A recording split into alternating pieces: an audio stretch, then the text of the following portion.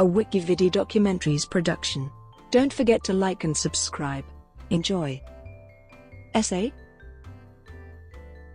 An essay is, generally, a piece of writing that gives the author's own argument but the definition is vague, overlapping with those of a paper, an article, a pamphlet, and a short story. Essays have traditionally been subclassified as formal and informal. Formal essays are characterized by serious purpose, dignity, logical organization, length, whereas the informal essay is characterized by the personal element, humor, graceful style, rambling structure, unconventionality or novelty of theme, etc. Essays are commonly used as literary criticism, political manifestos, learned arguments, observations of daily life, recollections, and reflections of the author. Almost all modern essays are written in prose, but works in verse have been dubbed essays. While brevity usually defines an essay, voluminous works like John Locke's An Essay Concerning Human Understanding and Thomas Malthus' An Essay on the Principle of Population are counterexamples. In some countries, essays have become a major part of formal education.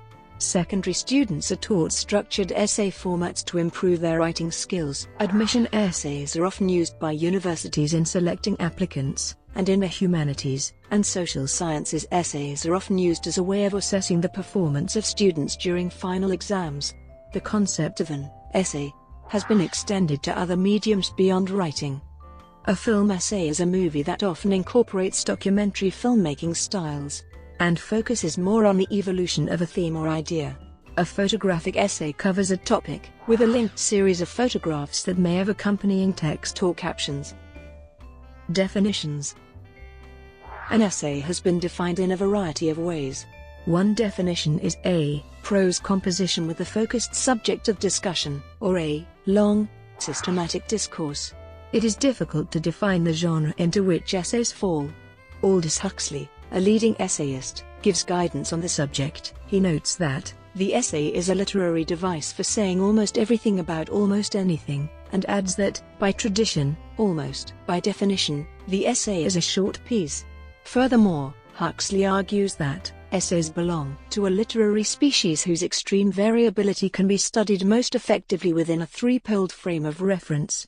These three poles are, Huxley adds that the most satisfying essays make the best not of one, not of two, but of all the three worlds in which it is possible for the essay to exist. The word essay derives from the French infinitive essayer, to try, or to attempt. In English, essay first meant a trial, or an attempt, and this is still an alternative meaning. The Frenchman Michel de Montaigne was the first author to describe his work as essays. He used the term to characterize these as attempts to put his thoughts into writing, and his essays grew out of his commonplacing. Inspired in particular by the works of Plutarch, a translation of whose Œuvres Morales into French had just been published by Jacques Amyot, Montaigne began to compose his essays in 1572. The first edition, entitled Essay, was published in 2 volumes in 1580. For the rest of his life, he continued revising previously published essays and composing new ones. Francis Bacon's essays, published in book form in 1597, 1612, and 1625, were the first works in English that described themselves as essays. Ben Jonson first used the word essayist in English in 1609, according to the Oxford English Dictionary. Europe. English essayists included Robert Burton and Sir Thomas Browne. In France, Michel de Montaigne's 3-volume essay in the mid-1500s contain over 100 examples widely regarded as the predecessor of the modern essay. In Italy, Baldassare Castiglione wrote about courtly manners in his essay Il Corteggiano.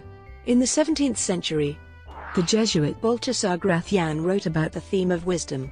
During the Age of Enlightenment, essays were a favored tool of polemicists who aimed at convincing readers of their position. They also featured heavily in the rise of periodical literature, as seen in the works of Joseph Addison, Richard Steele and Samuel Johnson. In the 18th and 19th centuries, Edmund Burke and Samuel Taylor Coleridge wrote essays for the general public. The early 19th century, in particular, saw a proliferation of great essayists in English: William Hazlitt, Charles Lamb, Leigh Hunt, and Thomas de Quincey all penned numerous essays on diverse subjects. In the 20th century, a number of essayists tried to explain the new movements in art and culture by using essays. Whereas some essayists used essays for strident political themes, Robert Louis Stevenson and Willa Cather wrote lighter essays. Virginia Woolf, Edmund Wilson, and Charles Dubos wrote literary criticism essays. Japan. As with the novel, essays existed in Japan several centuries before they developed in Europe, with a genre of essays known as zuihitsu, loosely connected essays and fragmented ideas. Zuihitsu have existed since almost the beginnings of Japanese literature. Many of the most noted early works of Japanese literature are in this genre. Notable examples include The Pillow Book, by court lady Sei Shonagon, and Chizurigasa, by particularly renowned Japanese Buddhist monk Yoshida Kenko. Kenko described his short writings similarly to Montaigne, referring to them as nonsensical thoughts, written in idle hours. Another noteworthy difference from Europe is that women have traditionally written in Japan. Though the more formal, Chinese-influenced writings of male writers were more prized at the time. Forms and styles. This section describes the different forms and styles of essay writing. These forms and styles are used by an array of authors, including university students and professional essayists. Cause and effect. The defining features of the cause and effect essay are causal chains that connect from a cause to an effect, careful language, and chronological or emphatic order. A writer using this rhetorical method must consider the subject, determine the purpose, consider the audience, think critically about different causes or consequences, consider a thesis statement, arrange the parts, consider the language, and decide on a conclusion. Compare and contrast. Compare and contrast essays are characterized by a basis for comparison, points of comparison, and analogies. It is grouped by the object or by point. The comparison highlights the similarities between two or more similar objects, while contrasting highlights the differences between two or more objects. When writing a compare/contrast essay, writers need to determine their purpose, consider their audience, consider the basis and points of comparison, consider their thesis statement, arrange and develop the comparison, and reach a conclusion. Compare and contrast is arranged emphatically. Descriptive. Descriptive writing is characterized by sensory details, which appeal to the physical senses, and details that appeal to a reader's emotional, physical, or intellectual sensibilities. Determining the purpose, considering the audience, creating a dominant impression, using descriptive language, and organizing the description are the rhetorical choices to consider when using a description. A description is usually arranged spatially, but can also be chronological or emphatic. The focus of a description is the scene. Description uses tools such as denotative language, connotative language, figurative language, metaphor, and simile to arrive at a dominant impression. One university essay guide states that descriptive writing says what happened or what another author has discussed. It provides an account of the topic. Lyric essays are an important form of descriptive essays. Dialectic. In the dialectic form of the essay, which is commonly used in philosophy, the writer makes a thesis and argument, then objects to their own argument, but then counters the counter-argument with a final and novel argument. This form benefits from presenting a broader perspective while countering a possible flaw that some may present. This type is sometimes called an ethics paper. Exemplification.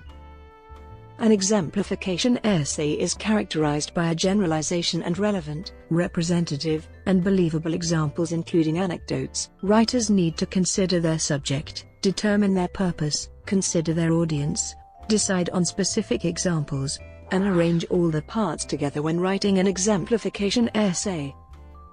Familiar. An essayist writes a familiar essay if speaking to a single reader, writing about both themselves and about particular subjects. Anne Fadiman notes that the genre's heyday was the early 19th century, and that its greatest exponent was Charles Lamb. She also suggests that while critical essays have more brain than the heart, and personal essays have more heart than brain, familiar essays have equal measures of both. History, thesis. A history essay, sometimes referred to as a thesis essay, describes an argument or claim about one or more historical events and supports that claim with evidence, arguments, and references. The text so makes it clear to the reader why the argument or claim is as such. Narrative. A narrative uses tools such as flashbacks, flash-forwards, and transitions that often build to a climax. The focus of a narrative is the plot. When creating a narrative, authors must determine their purpose, consider their audience, establish their point of view, use dialogue, and organize the narrative. A narrative is usually arranged chronologically. Argumentative. An argumentative essay is a critical piece of writing, aimed at presenting objective analysis of the subject matter, narrowed down to a single topic. The main idea of all the criticism is to provide an opinion either of positive or negative implication. As such, a critical essay requires research and analysis, strong internal logic and sharp structure. Its structure normally builds around introduction, with a topic's relevance, and a thesis statement, body paragraphs with arguments linking back to the main thesis, and conclusion. In addition, an argumentative essay may include a refutation section where conflicting ideas are acknowledged, described, and criticized. Each argument of argumentative essay should be supported with sufficient evidence, relevant to the point. Economic. An economic essay can start with a thesis, or it can start with a theme. It can take a narrative course and a descriptive course. It can even become an argumentative essay if the author feels the need. After the introduction, the author has to do his/her best to expose the economic matter at hand, to analyze it, evaluate it, and draw a conclusion. If the essay takes more of a narrative form, then the author has to expose each aspect of the economic puzzle in a way that makes it clear and understandable for the reader. Brought to you by WikiVidi documentaries. Would you like to know more?